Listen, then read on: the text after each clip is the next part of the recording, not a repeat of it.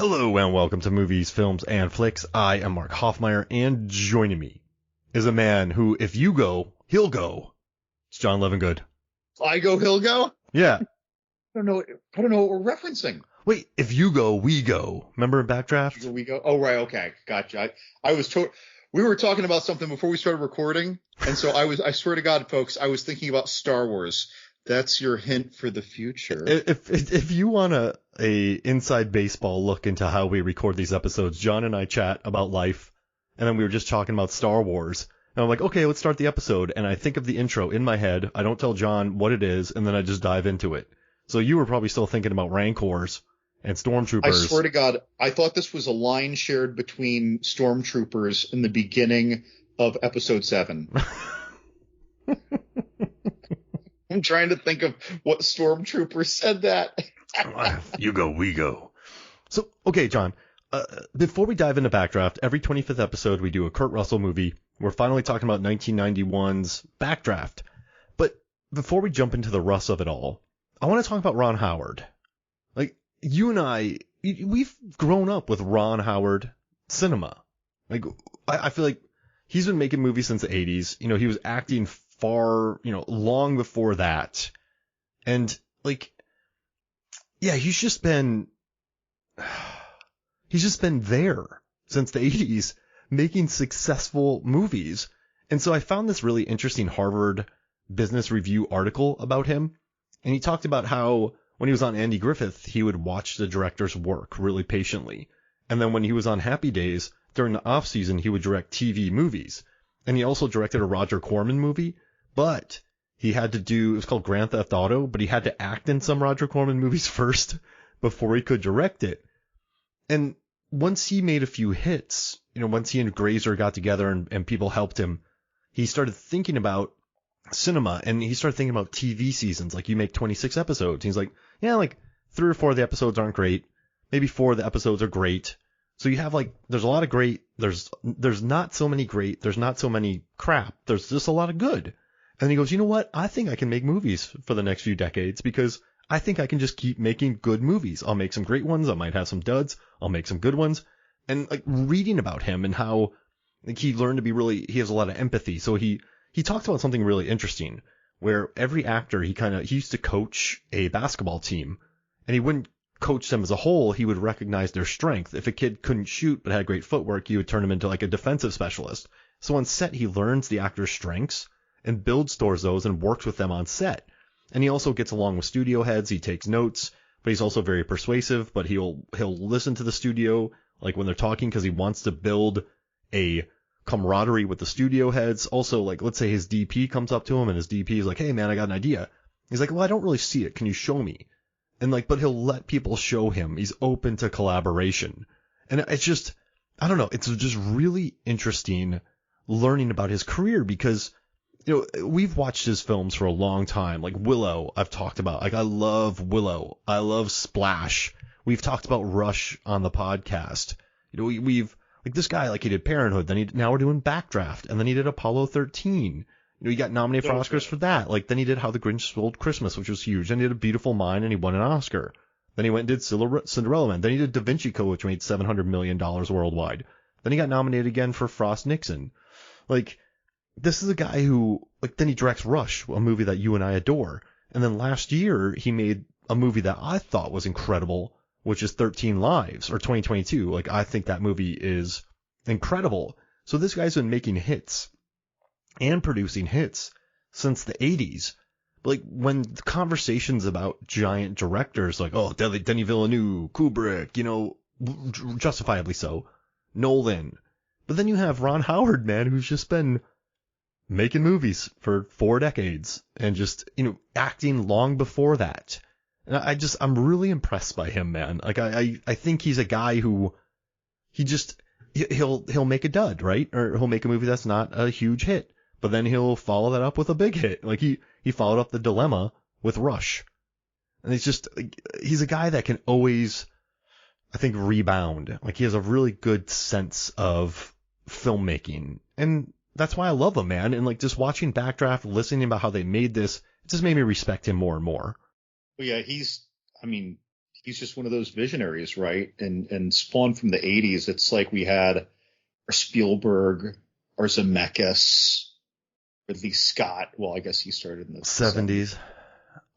But yeah, like he's one of those visionaries who even if you don't love all his movies, you find me someone who doesn't have at least one Ron Howard movie that gives them all the feels. Yeah. Apollo 13 is an easy one for that, right? Mm-hmm. But like where you just watch it and you feel inspired and like your faith in mankind is like renewed. If someone doesn't feel that about at least one of his movies, I don't know. I feel like that person has some serious issues with happiness. And I'm not saying you have to like Ron Howard if you like movies. But I'm still saying something, right? Yeah, no. And he's too powerful, or his visions are too powerful for you not to be touched by at least one of them. Absolutely. And like Night Shift, right? Like that's a great movie. Splash was a wonderful rom-com. But then he does Cocoon. Everybody watched Cocoon, John. If you grew up in like the 80s or 90s, everyone knew Cocoon.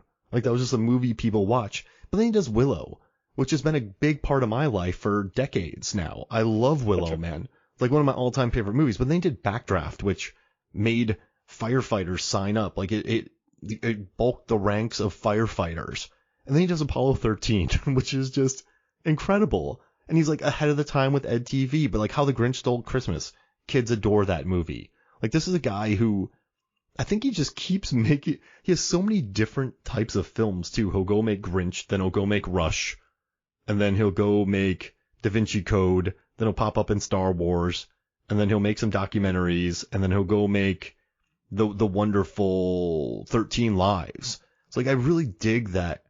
He's just, some directors have their wheelhouse, right? And I think Shyamalan does a great job of blending it up. Wes Anderson, like Nolan, they all have, like they're all very, for lack of a better term, auteurish. But you watch a Ron Howard movie, and I feel like they're all just punctuated by just solid craftsmanship, a firm understanding of how to make a movie on time and on budget, and just, you just watch them and you're like, this is a well-crafted movie. Like there's some I'm not really a fan of, but like you said, you're not, if you're playing baseball, John, I'm happy with a 300 batting average. Like I'll make 3 good movies out of 10. So it's yeah, I just really admire his career, man. And this Harvard Business Review interview I read with him made me like him more because he just gets it. Yeah. Well, he gets people. Yeah.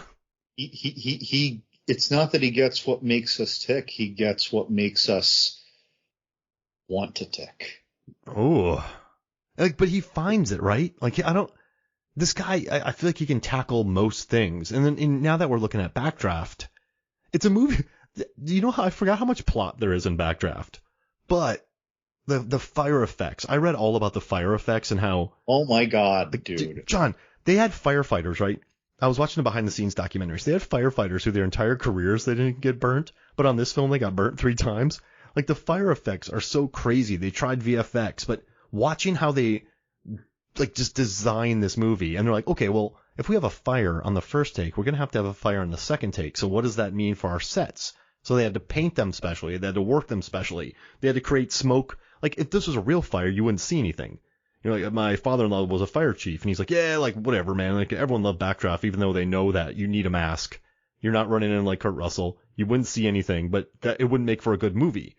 So I think he just knew, like, he went to Chicago because he knew the firefighters were tough there. He just brought Kurt Russell in, who put, like, Kurt Russell learned about this movie on a plane ride with Tom Cruise when they were just flying around in a plane. No.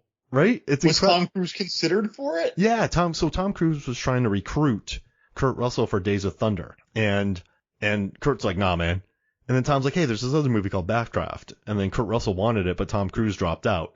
But like everything I've read about this movie, like Kurt Russell was the first one to step into the burn gear. Like Kurt Russell, he said they went to a fire thing and he turned around and no one was there. He was the last one left because everyone ran out. And he was like the super, like, I am doing this. He was like Tom Hanks in Saving Private Ryan. Everyone just followed his lead.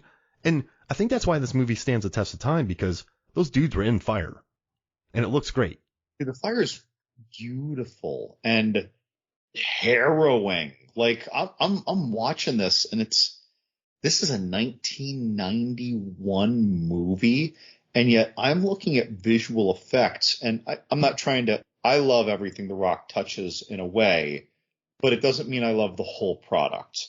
Skyscraper, for example, very recent movie, moderately high budget. Everything with fire and explosions looks like dog shit compared to Backdraft 1991.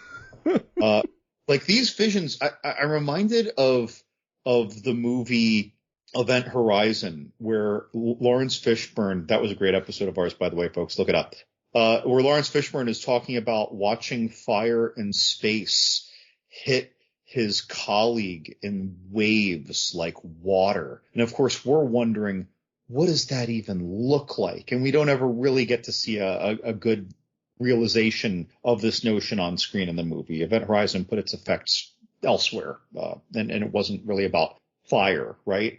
We're watching this movie, and I'm watching fire roll over a ceiling like gravity-defiant magma mixed with midnight fog.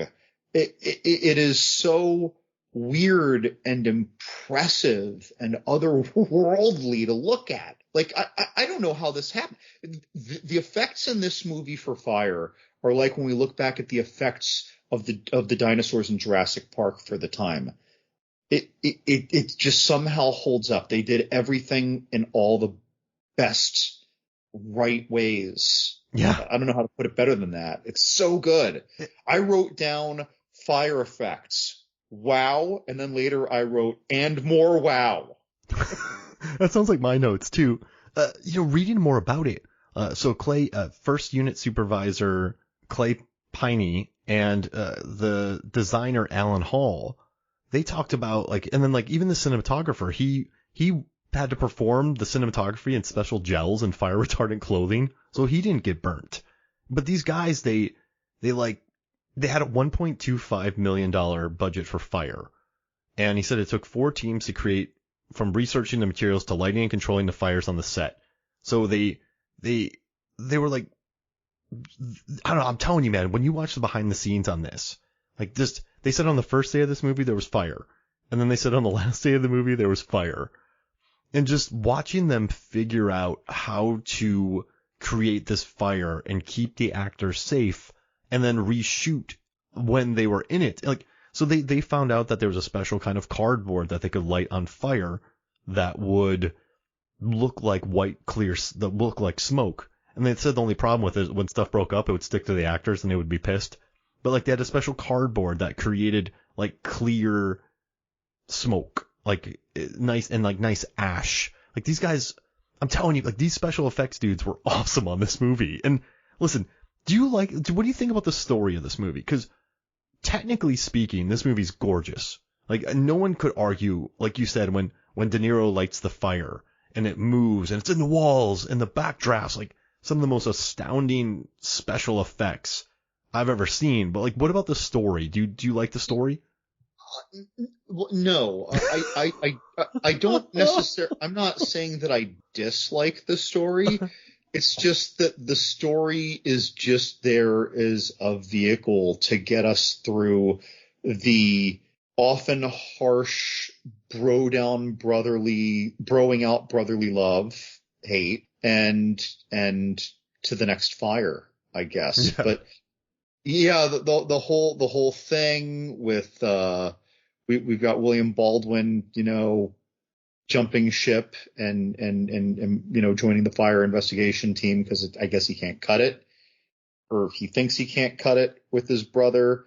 And none of that stuff was super important to me. The fact that there was even arson happening was not so salacious to me. Whereas for some reason, boy, this is the rare time that a Steven Seagal movie gets a positive nod, right? But Hard to Kill, remember Hard to Kill? Where because he witnessed something, they took him out, and you can take that to the bank. All that stuff was way more effective for me than what were meant to be the turning points in this story. The story was just kind of there for me. I absolutely agree. And, the writer, he was Gregory Wyden. He was a firefighter. So I think he nailed the authenticity of the firehouse. He nailed the authenticity of, like how they dress, what they wear, the costume designers, everything about it was great. But there's a lot of plot, man. Cause, okay, so you have the McCaffreys. This is over a 2-hour movie from 1991. Yeah, it's like 137 minutes. And so Kurt Russell's Papa McCaffrey, he dies in the beginning. But then you have William Baldwin showing up. Late in life, he becomes a firefighter. But then we see another Kurt Russell, and he makes sure to say, "Hey, brother." So we learn that Stephen McCaffrey's his brother. But then Stephen McCaffrey has recently broken up with Rebecca De Mornay, and he has a kid. And then you get William Baldwin. He reunites with his ex-girlfriend, played by Jennifer Jason Leigh. And then there's arson. And then there's Scott Glenn. And then there's Robert De Niro in an entirely different movie. Then you have J.T. Walsh as a corrupt businessman. You have Scott Glenn as a fire-starting serial killer. Then you have the brothers. Then you have the training. Yeah, there's a lot of... Then he quits, and then he becomes De Niro's guy. But then he suspects his brother. But then it's Scott Glenn. There's way too much plot in this movie, but I don't think it hurt it. But this movie's... I don't know what I would do different because people adore this movie, but this is a long one, John. This feels unnecessarily long, does it not? It was. So I started this. Now, I have seen this movie many, many times back in the Columbia VHS Club era. For those of you old enough to remember that. But so I've seen this movie many times start to finish. But I think there was a big lull, and I haven't watched it truly start to finish let's just say at least 10 years, maybe more like 15 years. So when I started this movie and I saw the running time, I was shocked. I didn't realize how long it was. I didn't remember it being this long, because when you're younger, you don't pay attention as much too, right? But also just 1991 movies, like a 2-hour movie was a long movie in 1991. An hour 50 was a long movie in 1991, unless it was like The Godfather Part 3. Mm-hmm. That was long. And yeah, there's a lot. But you know what?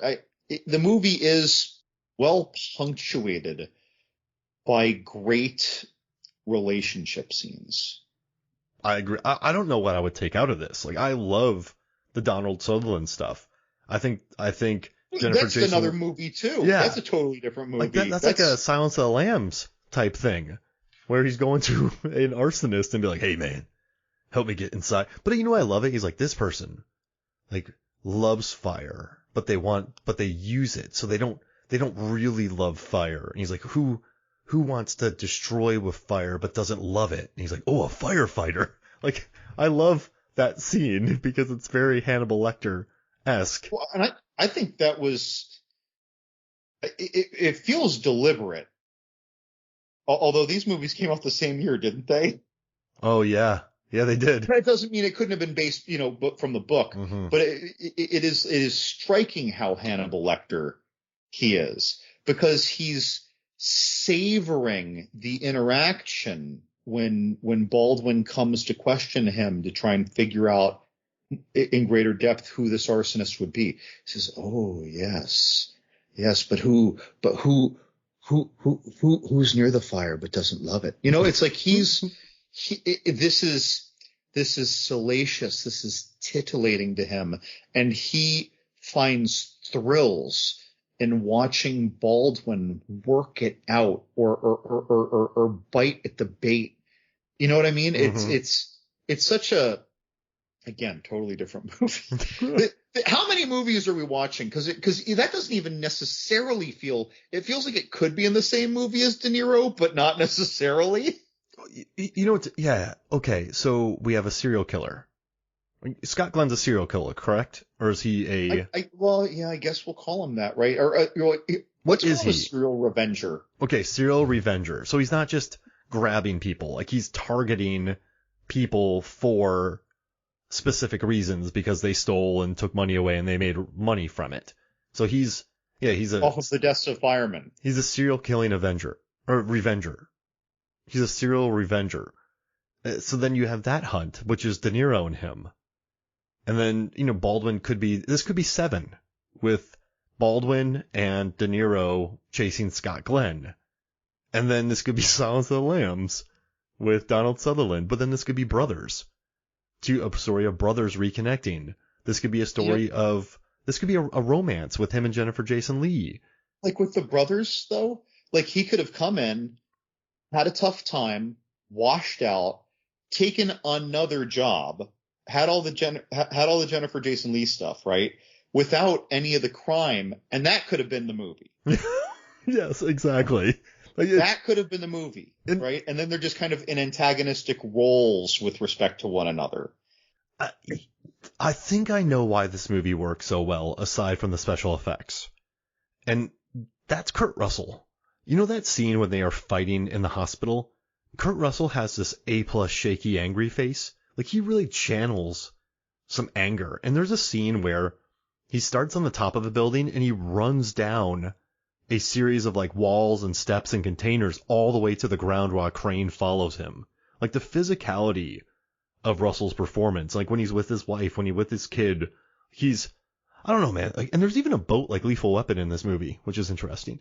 But I think he's the reason why this movie really works. Like nothing against Baldwin, nothing against, I love De Niro in it, but I don't know, the physicality of Russell, like this, is this his most physical, like presence performance, or is like Soldier, like, well, Soldier, he's literally fighting. So that's a tough comparison to make, right? But when he's like been on screen, like he's had the swagger. Like we've talked about so many of his movies, but like Escape from L.A., Captain Ron.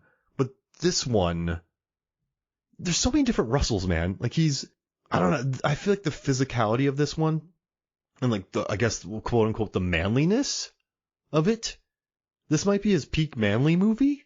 I mean, well, I don't know. I feel like manly can be misconstrued. I'm going to call this his peak alpha movie. Yeah, there it is. Yeah. So like there's so many different types of manliness. I guess not in a toxic way necessarily, but a little bit of toxic, right?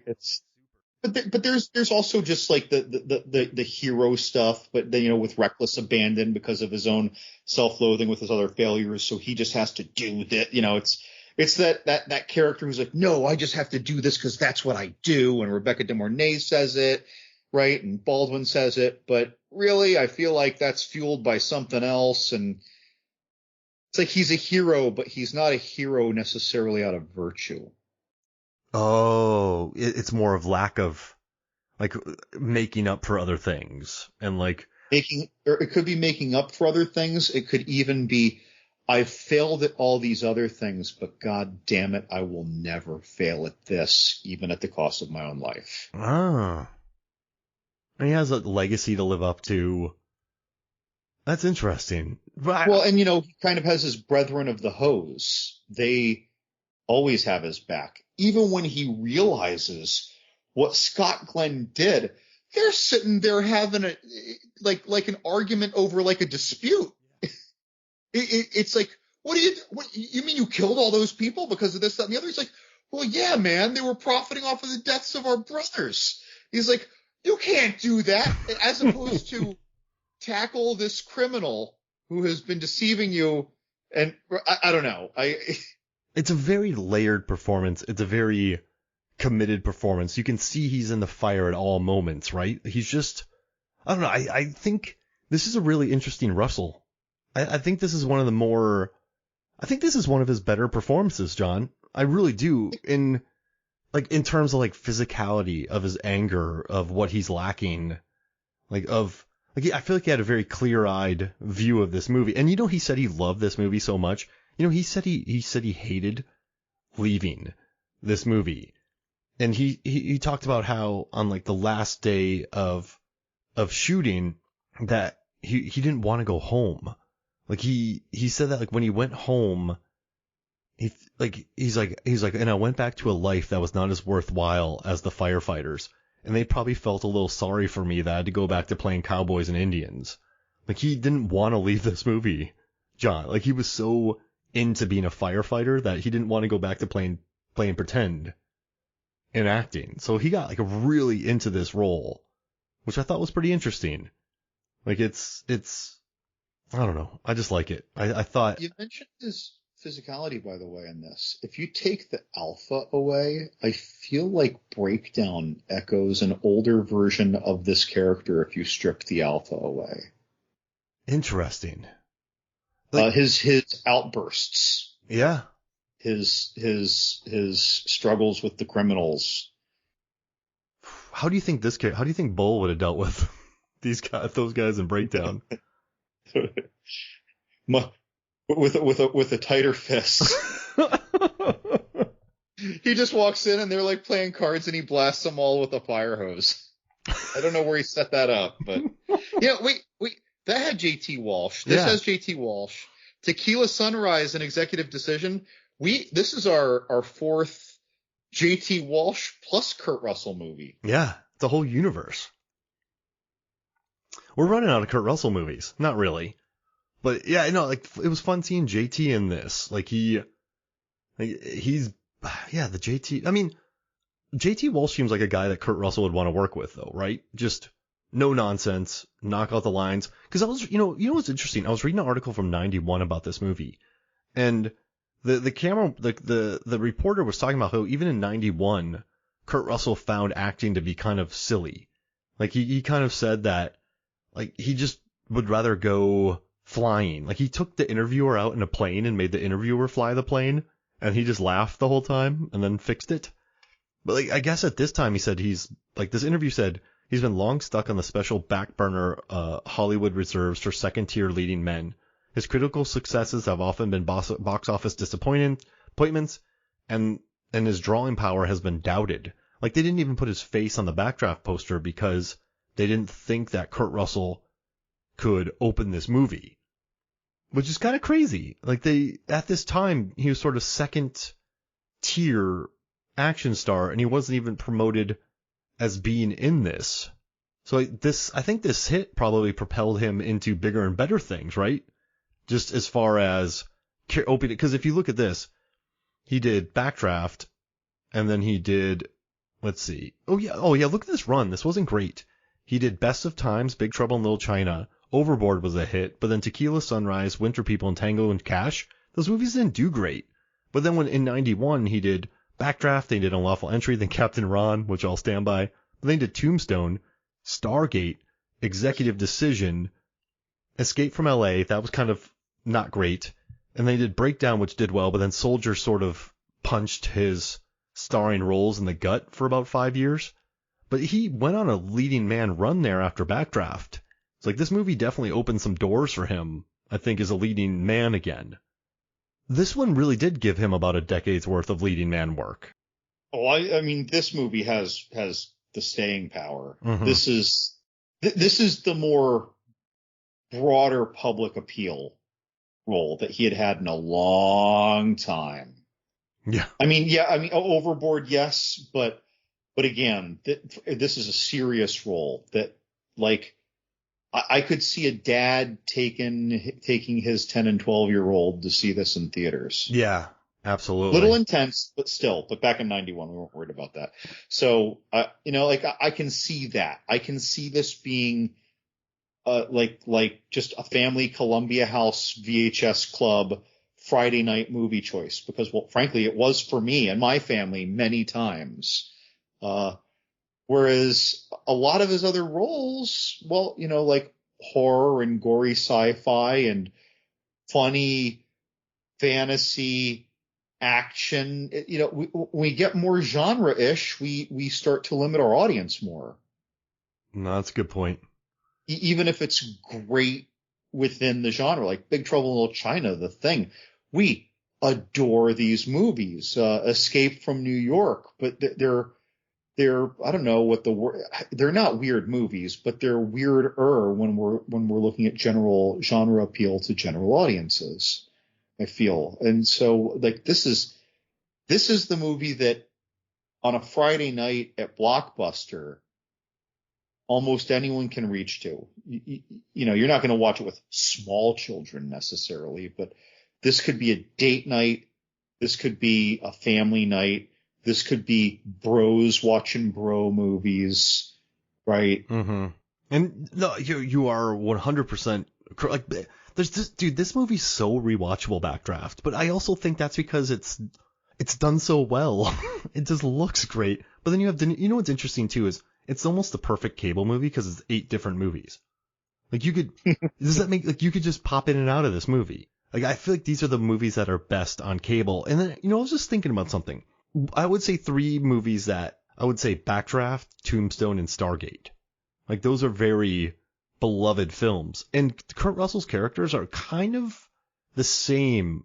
But if you think about Wyatt or Jack O'Neill and Stephen McCaffrey, they're very tough. But then you look at his other movies where they're like, I think Snake Plissken, that's more of like a play on, like, he's a funnier character, right? He's more of a kind of a pain in the ass, I would say. Yeah, he's like our anti-hero. And then, in Tango and Cash, he's just he bloviates a lot. Like, he's just the sarcastic hero. But these 3 movies, he's not any of those. Like, he's not super sarcastic. He's quite earnest. He has a mission. He does the mission. And those are 3 of his more popular films. But if you look at like 3,000 Miles to Graceland, he's pithier in that. Dark Blue, he's kind of a anti-hero. So it's just interesting that these 3 movies people love, but when you talk to somebody, they're like Stargate, like everyone loves Tombstone. So but they're very similar performances in that they're not pithy characters. They're not sarcastic characters. They're not anti-heroes. They are, for lack of a better term, heroes.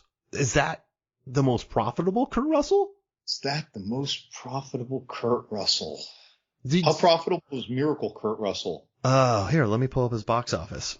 That's that's kind of like the best, like, wild card I have for that. But yeah, people like hero movies though, don't they?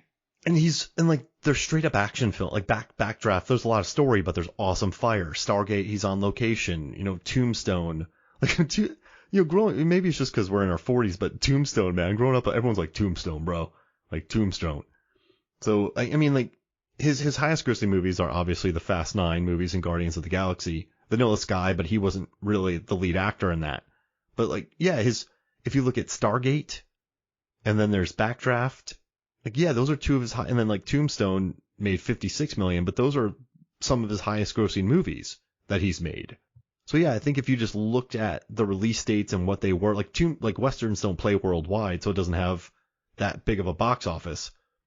But yeah, no, I just find that to be really kind of interesting that those are probably some of his bigger grossing films, but they feature a very specific Kurt Russell. And maybe I should have talked to you in advance about this, but like, okay, so how about this?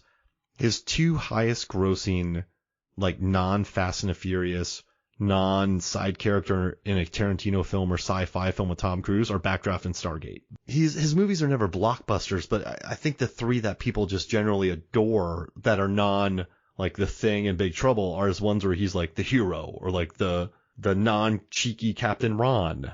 I have a question, John. If you watched him in Captain Ron, could you see him be in Backdraft?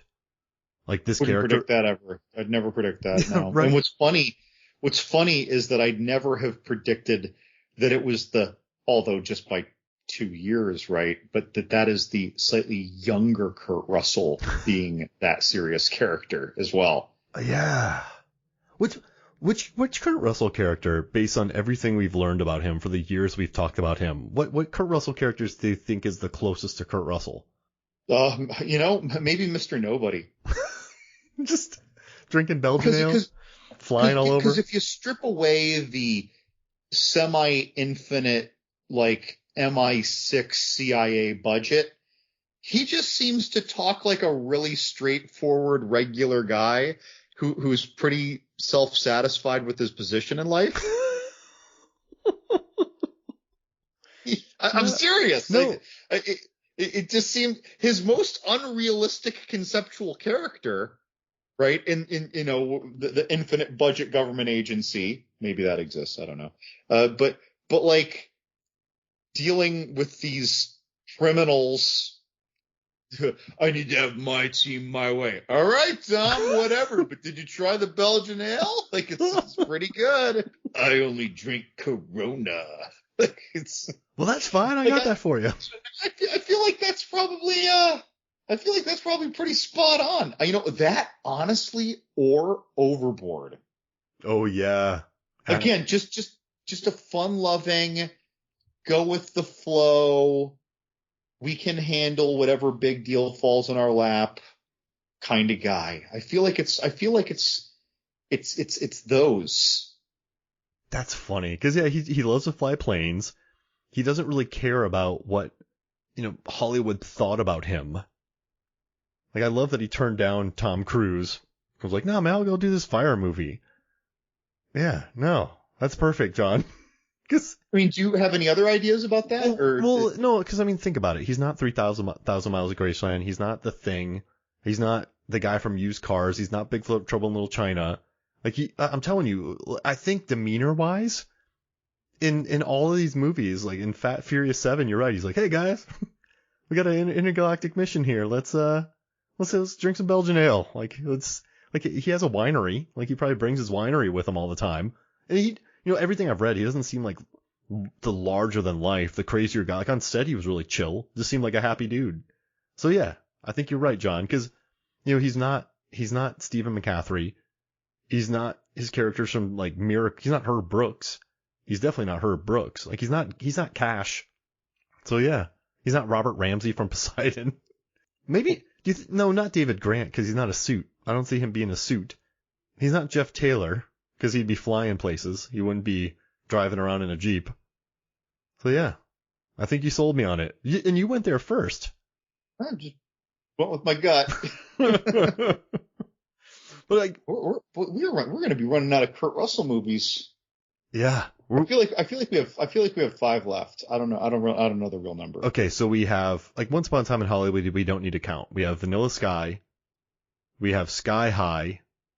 We have Deepwater Horizon, Poseidon, Unlawful, Death Proof, Unlawful Entry, Hateful Eight.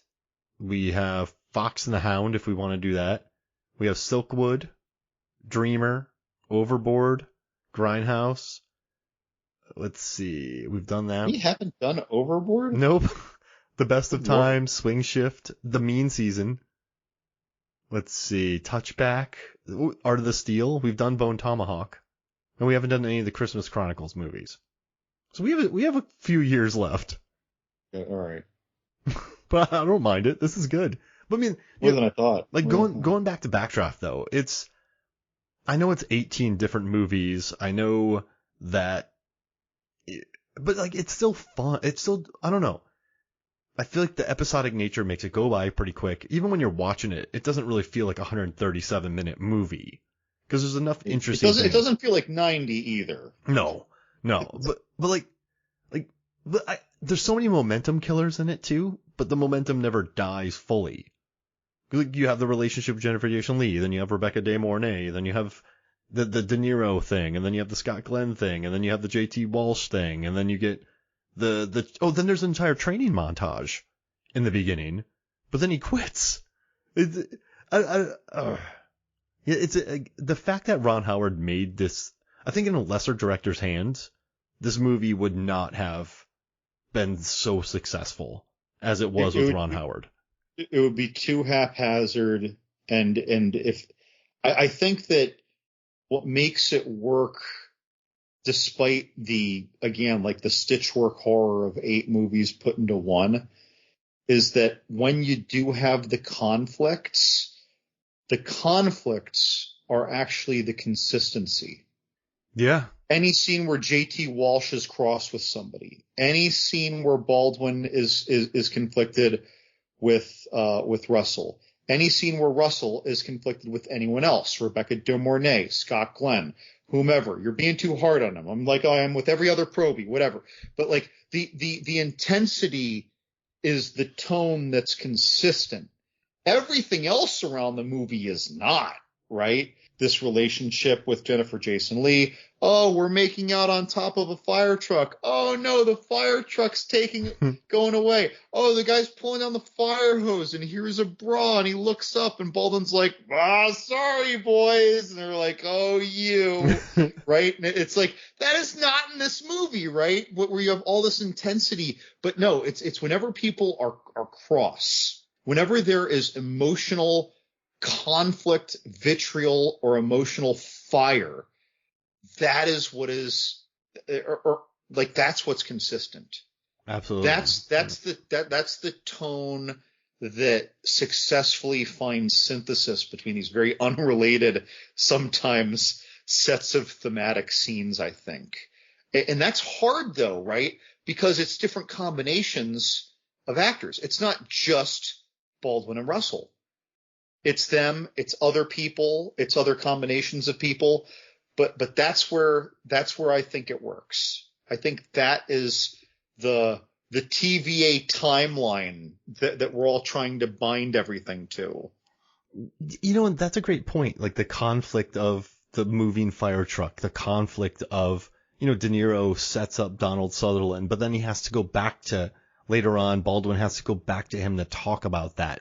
You know, that scene with Scott Glenn in the firehouse, the JT Walsh of it all, the kind of angry brother on a boat.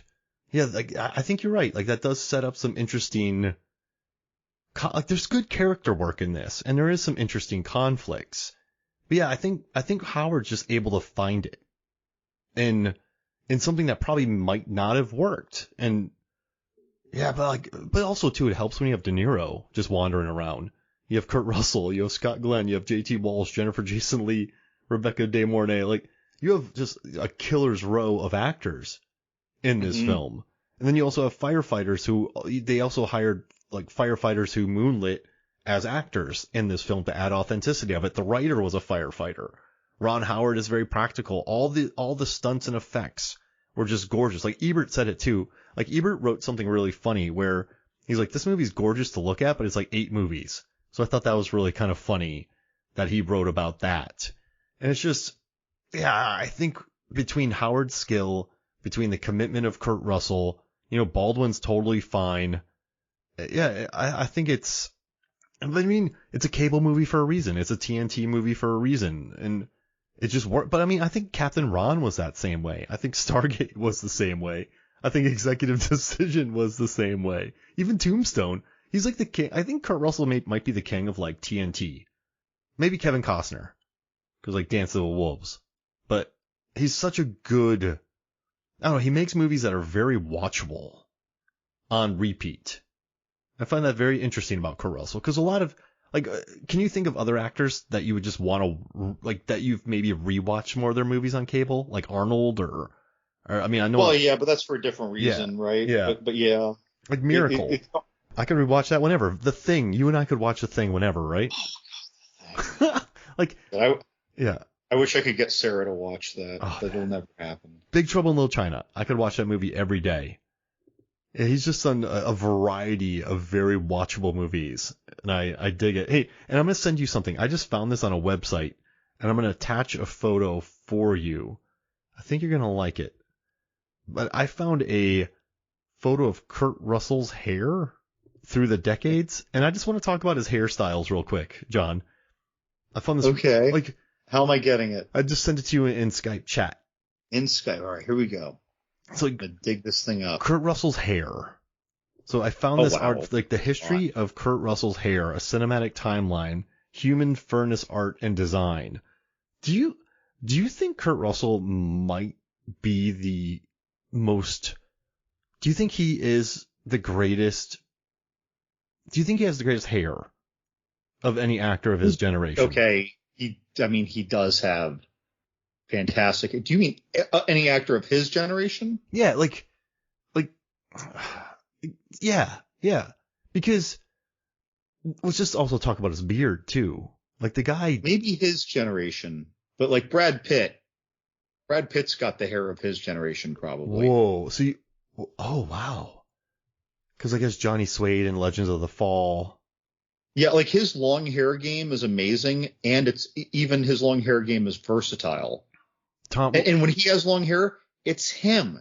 He's Louis in Interview with the Vampire. That's his hair. Like, he's Achilles. Do you think his beard game's as strong?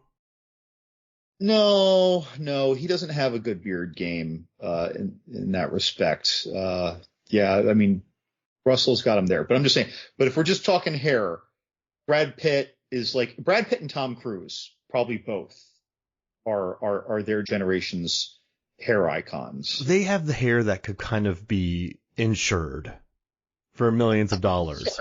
Sure. Yeah. Like Kurt Russell. But you know what's interesting about Kurt Russell though, where he'll So Backdraft, short hair. Captain Ron, long hair. Tombstone, amazing mustache. And then you go to, Vanilla Sky, glasses and kind of combed over hair. Escape from LA, long hair. 3,000 Miles of Graceland, he looks like Elvis. Then you go to Soldier, and he has like a cropped hair. Then he kind of went through a hairy phase with Bone Tomahawk and Hateful Eight. But then he'll go do Deepwater Horizon, short hair. And then he'll do Furious 7, and he's got all business hair. It's like, it's a versatile head of hair. Do you think someone has had more of a versatile head of hair? Do you think Brad Pitt's head of hair is more versatile? I think he does pretty well, man. I mean, Fight Club hair. I'm serious. Fight Club hair, he's got a good range. He even does well with a shaved head. Yeah, that's true. Yeah, Fight Club. And don't get me wrong, it helps that he's now, Kurt Russell is very handsome. Brad Pitt is a beautiful creature. They're different. Brad Pitt is a different species than human. Yeah. Yeah. He's like a celestial. Someone says something interesting. He's like one of the world's greatest character actors with the body of like an A-list star. I always thought that was very interesting. So here, we're gonna do something here. I'm gonna give you 5 haircuts from Brad Pitt, and then I'm gonna give you 5 haircuts from Kurt Russell. Okay. All right, and then we're gonna do a hair off. We're gonna see who has the best top 5. Oh, are we each choosing one actor? So no, I'm gonna drop some on you. All right. Or do you want to pick Brad Pitt and I'll do Kurt Russell right now? Do you want a hair off? Gosh. All right, wait, hold on. Because all right, Interview with the Vampire, right? You probably got to add Troy, but also Mr. and Mrs. Smith. He had that really great close cropped hair. Fight Club. Meet Joe Black. He had the dyed tips. Oh God, he did. Got that. Have you seen his hair in Johnny Suede? Have you seen Brad Pitt's hair in Johnny Suede? You should type in. I mean, I haven't seen that in ages. Huge hair. But you know what? I'm still going Russell. I think all right, let's talk about, Escape from New York, long. Oh God, I forgot Johnny Suede. Oh my God. But then you have the thing, Johnny like McCready, he all disheveled. But then you can go to, oh man, who else do I want to pick? Let's go to Bone Tomahawk. That's just a huge mustache. Captain Ron, he can do the long hair. And then let's go to Stargate. He has the military haircut. And then I will add his giant bomber from Tango and Cash. So yeah, I think that's he also has Elvis hair. I could do Elvis. I'll do Elvis. We haven't done that one yet either. It's close, isn't it? That's the one from that's his first movie? Yeah, John Carpenter and him.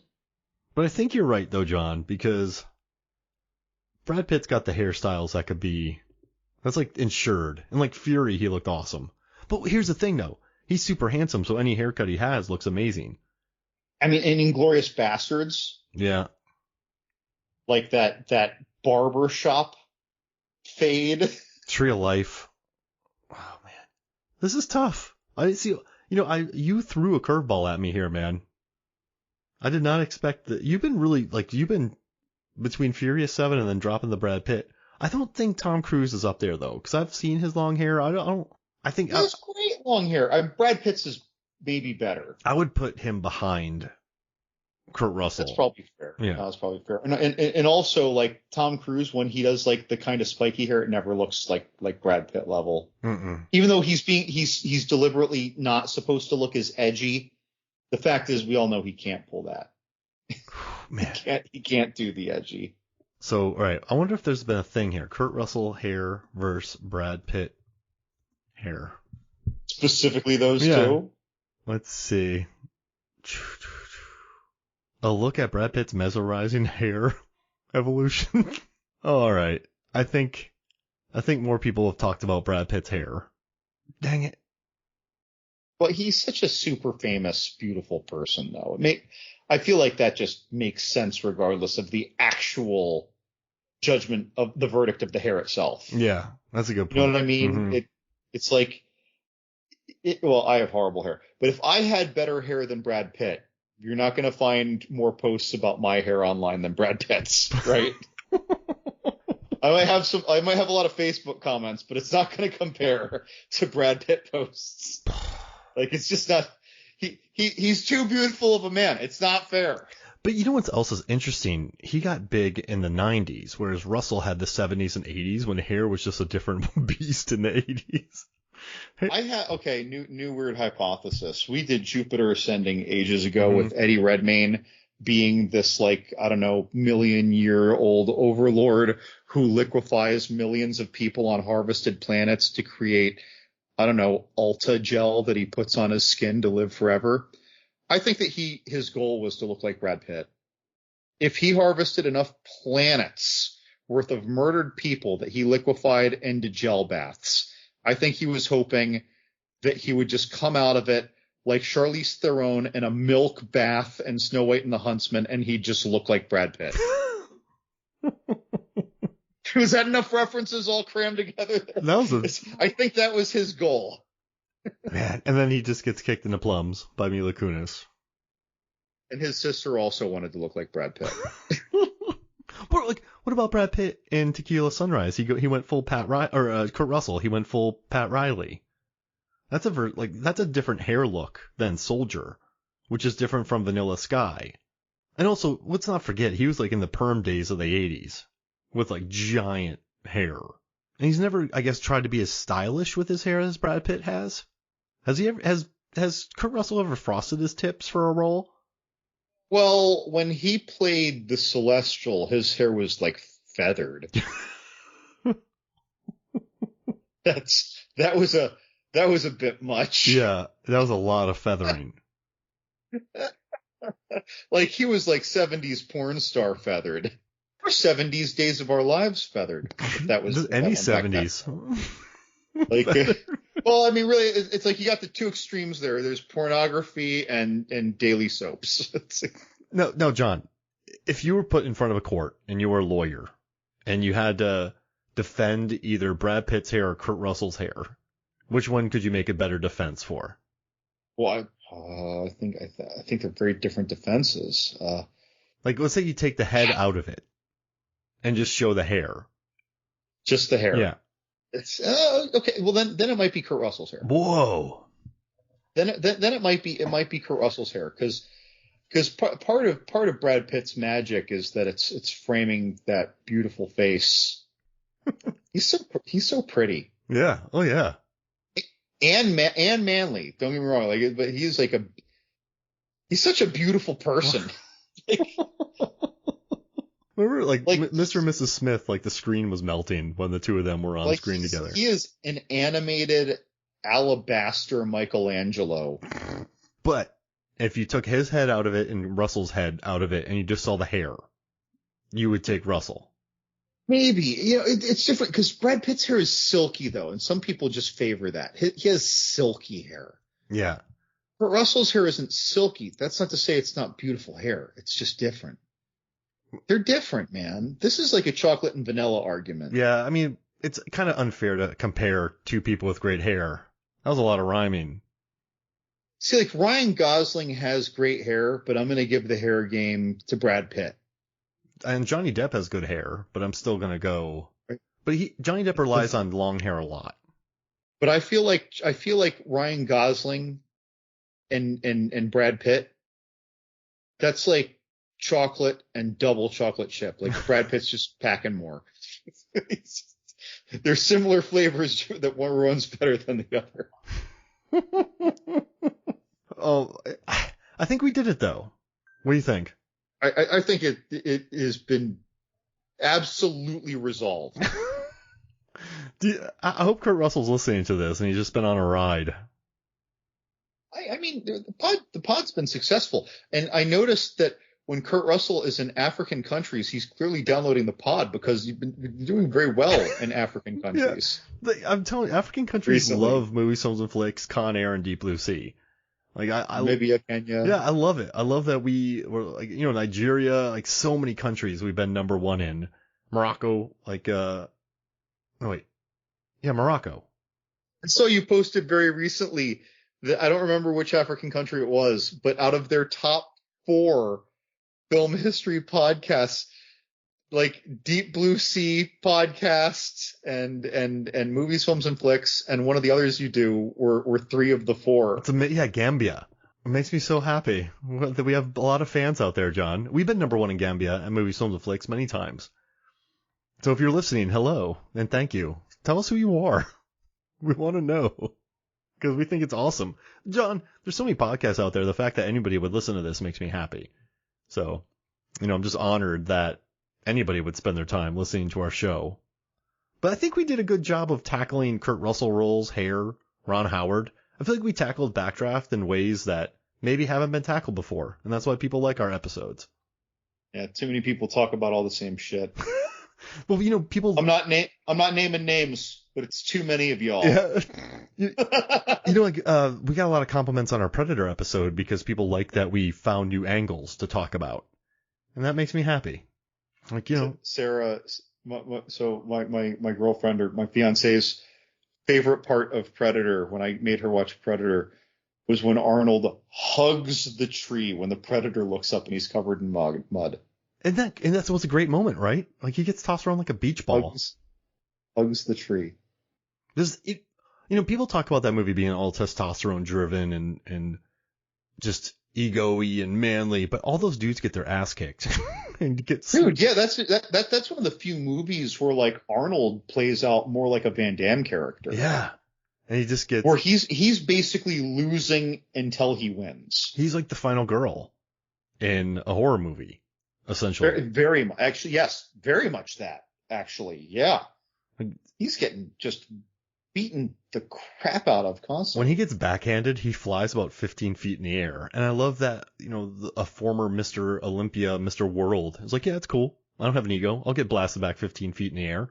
It works. It makes the movie better. As long as the alien is 7'7". Yeah, exactly. Yeah, it's not, it's not Jim Varney. But yeah, this is, John, this was awesome, man. And, hey, so before we go, I want to do a Ron Howard movie draft. I think we can do, he's had a ton of movies, so I'll let you have first pick. Ron Howard movie draft. Yeah. Hold on. I just got to pull up his stuff real quick here. I need a little cheat sheet. I'll let you pick first because I just dropped this on you. Man, I love me some Ron. I love me some Ronnie H.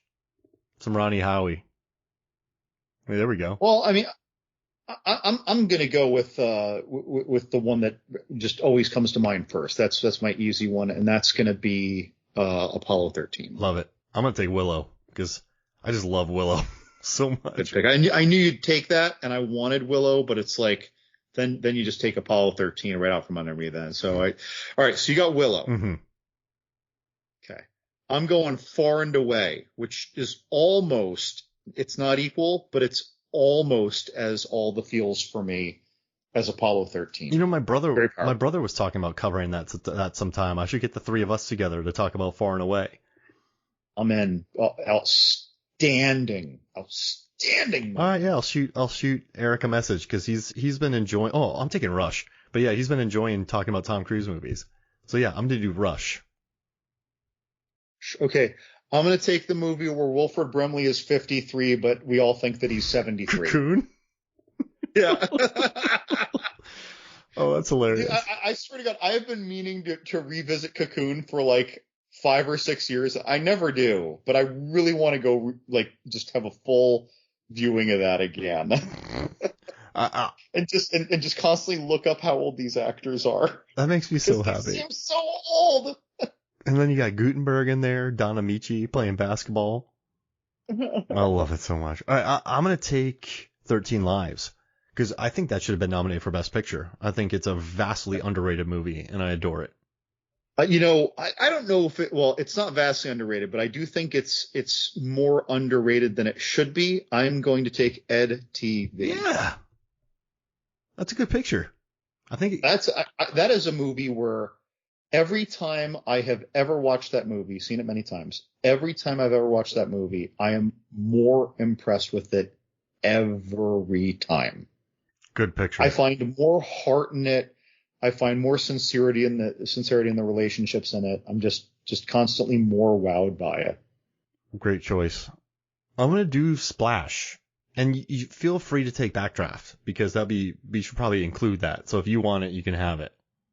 You know, I don't know why. I always feel an aversion to picking the movie that we're talking about. So I'm just going to see if I can pull myself away from it and pick. Parenthood. Oh, yeah. Parenthood. Oh, crap. How do we... That's a great movie. Parenthood. How do you... Yeah. That's a very good movie. And it's, it doesn't get old. I adore it. All right. So I get the last one. I'm not taking In the Heart of the Sea. I'm not going to take Hillbilly Elegy. None of the Da Vinci Code movies. Cinderella Man's fine. Beautiful Mind. I don't know. I know it won a ton of awards, but no. You know what? Not Ransom. I'm going to take The Paper. That's a good movie. I like The Paper. The Paper is a good time, and I love the cast. So yeah, there it is. The Paper. That feels right. Didn't The Paper have Randy Quaid in it? Was he in that? I'm looking that up now. It has Keaton, Close, Duvall, Tomei, Quaid. Oh yeah, Randy Quaid, yeah. He was in it. Jason Alexander. Good picture. David Koepp wrote it. Okay, all right. So I've got Parenthood, Cocoon, Apollo 13, Far and Away, and Dead TV. That's wonderful. And I have Willow, Rush, 13 Lives, Splash, and The Paper. Well, a lot of good movies. This is perfect. Well, hey, John, thank you for joining me, man. I know you got to get out of here. But, yeah, where can people find you before we get out of here? Oh, you Google John's Horror Corner, you'll find me just about everywhere. I'm even on Threads, even though I'm too old to know how to use Threads. I'm still not on there. I don't know if anyone knows how to use Threads. Okay, young people, if you're there, throw us a comment somewhere, because does Threads just suck? Because I think that Threads just hasn't figured out how to be social media yet. It's just. I just want someone to back me up. It's in its infancy, huh? Well, look, I'm good at Twitter. I understand Facebook. I'm passable on Instagram. Threads, I don't get it. I feel like I'm trying to do math with the numbers in the matrix. Where is everyone else seeing blonde, brunette, redhead, and I'm just seeing numbers? I don't know what's happening. So yeah, you can find John anywhere and shoot him a message and be like, "Hey man, this is how Thread works." I'm not even on it, so on Movies, Films, and Flicks too. Yeah. I've got a tab there. Yeah, oh yeah, use that, and then also, if you want to let us both know how Threads works, you can let us know. So just don't tag me in. Okay, if Twitter has tweets, does Threads have strings? I don't even know what you. Oh no! Don't tag me in. Tell me somewhere else. Tell me how Threads works on a different social medium so that I can find it. Yeah, don't message us on Threads to tell us how Threads works. Right, and then later, when I figure out I can go string about it on Threads. There it is. So once you. Or is it a yarn? Because you talk about a yarn. I mean, you could tell a yarn on Threads. Am I spinning a yarn? I don't know what it is. I'm a dumb delirious. Can you talk about string theory on it? All right, let's get out of here. So yeah, for me, Mark Hoffmeyer, for John Leavengood, this is Movies, Films, and Flicks. We'll see you next week.